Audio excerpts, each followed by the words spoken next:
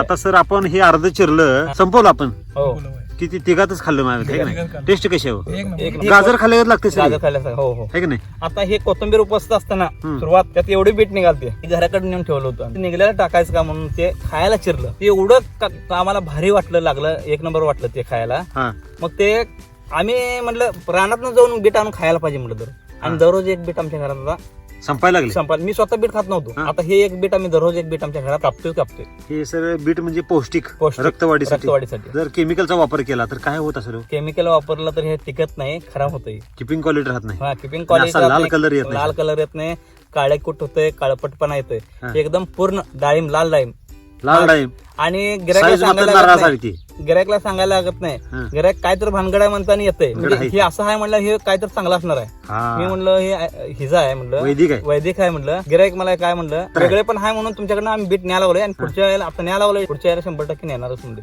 न्यायला हुडकत येणार तुम्हाला. हुडकत येणार